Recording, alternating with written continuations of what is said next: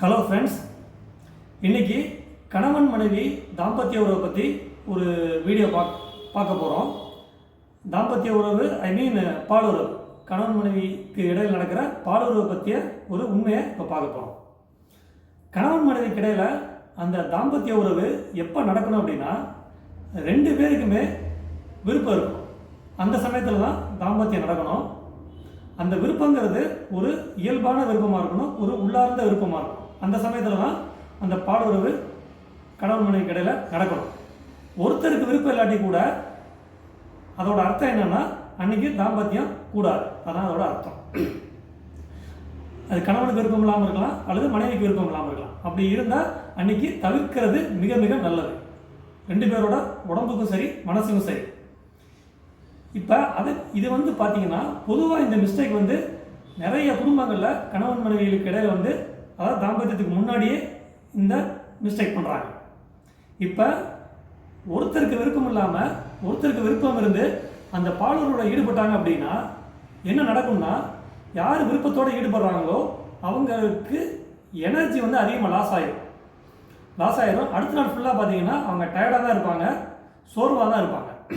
அந்த விருப்பம் இல்லாத ஒருத்தருக்கு விருப்பம் இல்லாமல் ஒருத்தர் இருந்திருக்காங்க பார்த்தீங்களா, அந்த விருப்பம் இல்லைங்கிறது அவரோட மீனிங் என்னன்னா, மனசுக்கு அன்றைக்கி தேவையில்லை, அவங்களுக்கு அந்த இன்ட்ரெஸ்ட் இல்லை. அந்த தன்மை என்ன பண்ணும் அப்படின்னா, அந்த விருப்பத்தோடு செயல்படுறவங்களோட அந்த அந்த எனர்ஜி ஸ்ட்ரக்சரை அப்படியே காலி பண்ணி விட்டுரும். அதனால் பார்த்தீங்கன்னா அடுத்த நாள் நிச்சயமாக நீங்கள் ப்ராக்டிக்கலாக செக் பண்ணி பாருங்கள். அடுத்த நாள் அந்த விருப்பத்தோடு செயல்பட்டவங்களுக்கு டயர்ட்னஸ் இருக்கும், ஒரு சோர்வு நல்லாவே தெரியும். இன்னொன்று, யாருக்கு விருப்பம் இல்லாமல் அதில் ஈடுபடுறாங்களோ அவங்களுக்கு என்ன ஆகும்னா, இன்னொருத்தர் மேலே வெறுப்பு வர ஆரம்பிச்சிடும். காலப்போக்கில் நான் சொல்கிறேன், ஒரே நாள் வராது, காலப்போக்கில் ஒரு வெறுப்பு, எரிச்சல் வர ஆரம்பிச்சிடும். ரொம்ப எக்ஸ்ட்ரீமாக போகும்போது அந்த தாம்பத்தியத்து மேலே கூட இன்ட்ரெஸ்ட் இல்லாமல் போயிடும். அதனால் ரெண்டு பேருக்குமே ஒரு இயற்கையாக அந்த பாலுணரை வச்சுக்கலாங்கிற அந்த எண்ணம் வரும்போது மட்டும்தான் தாம்பத்தியத்தில் ஈடுபடணுமே ஒழிய, ஒருத்தருக்கு இல்லாட்டி கூட அவாய்ட் பண்ணுறது ரொம்ப ரொம்ப நல்லது. இந்த தப்பை பார்த்தீங்கன்னா நிறைய குடும்பங்களில் கணவன்மார்களுக்கு தங்களுக்கு இன்ட்ரெஸ்ட் வரும்போது அதை ஃபோர்ஸ் பண்ணிடுறாங்க. அதை நிறைய பேர் அதை கொஞ்சம் கரெக்ட் பண்ணிக்கணும். கணவன்மார்கள் அதிகமாக பண்ணுறாங்க, மனைவிமார்களும் பண்ணாமல் இல்லை. அவங்களும் பார்த்திங்கன்னா கணவன்மார்களுக்கு ஆர்வம் இல்லைன்னா அவங்கள போட்டு சுரண்டிக்கிட்டே இருக்கக்கூடாது. கொஞ்சம் நீங்கள் ஃப்ரீயாக விட்டுறணும். அன்றைக்கி இல்லை, அவ்வளோதான். அதுக்கு ஒன்றும் பெருசாக ஆல்டர்னேட்டிவாக ஒன்றும் பண்ண முடியாது.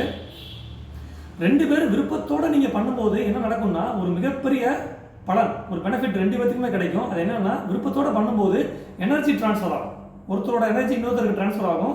விருப்பத்தோடு நீங்கள் தாம்பத்தியத்தை பண்ணி முடிக்கும் போது பாருங்கள், அப்போ கவனித்து பாருங்கள், ஒரு 2-3 நாளைக்கு உங்கள் உடம்புலையும் மனசுலையும் ஒரு உற்சாகத்தை ஃபீல் பண்ண முடியும். ஒரு ஆற்றல் இருக்கிறத நீங்கள் ஃபீல் பண்ண முடியும். பிகாஸ் அந்த ஆற்றல் பரிமாற்றம் ரெண்டு பேருக்கு இடையிலையும் நடக்கும். இதை ப்ராக்டிக்கலாக கவனித்து பாருங்கள். ஃபீல் பண்ணியிருந்துருக்கலாம் நிறைய பேர், இருந்தாலும் நீங்கள் ப்ராக்டிக்கலாக கவனித்து பாருங்கள். இது மாதிரி ஒரு கணவன் மனைவி உறவுங்கிறதே பார்த்தீங்கன்னா, அதுலேயே ஒருத்தர் தெரிஞ்சிக்க வேண்டிய பாடங்கள் நிறைய இருக்குது. இப்போ நான் பேசுனது பார்த்தீங்கன்னா, என்னோடய புக்கில் இருக்கக்கூடிய ஒரு சின்ன ஒரு தகவல் அதான் இப்போ நான் பேசியிருக்கேன். வாய்ப்பு இருக்குங்க, இந்த புத்தகத்தை வாங்கி படிங்க.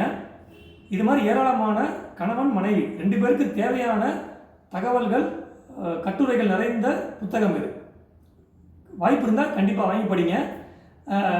இந்த புக்கை பற்றிய ஒரு இந்த புக்கை பற்றிய ஒரு லிங்க் டிஸ்கிரிப்ஷனில் நான் உங்களுக்கு கொடுக்குறேன். அடுத்து ஒரு நல்ல வீடியோவில் சந்திப்போம். நன்றி.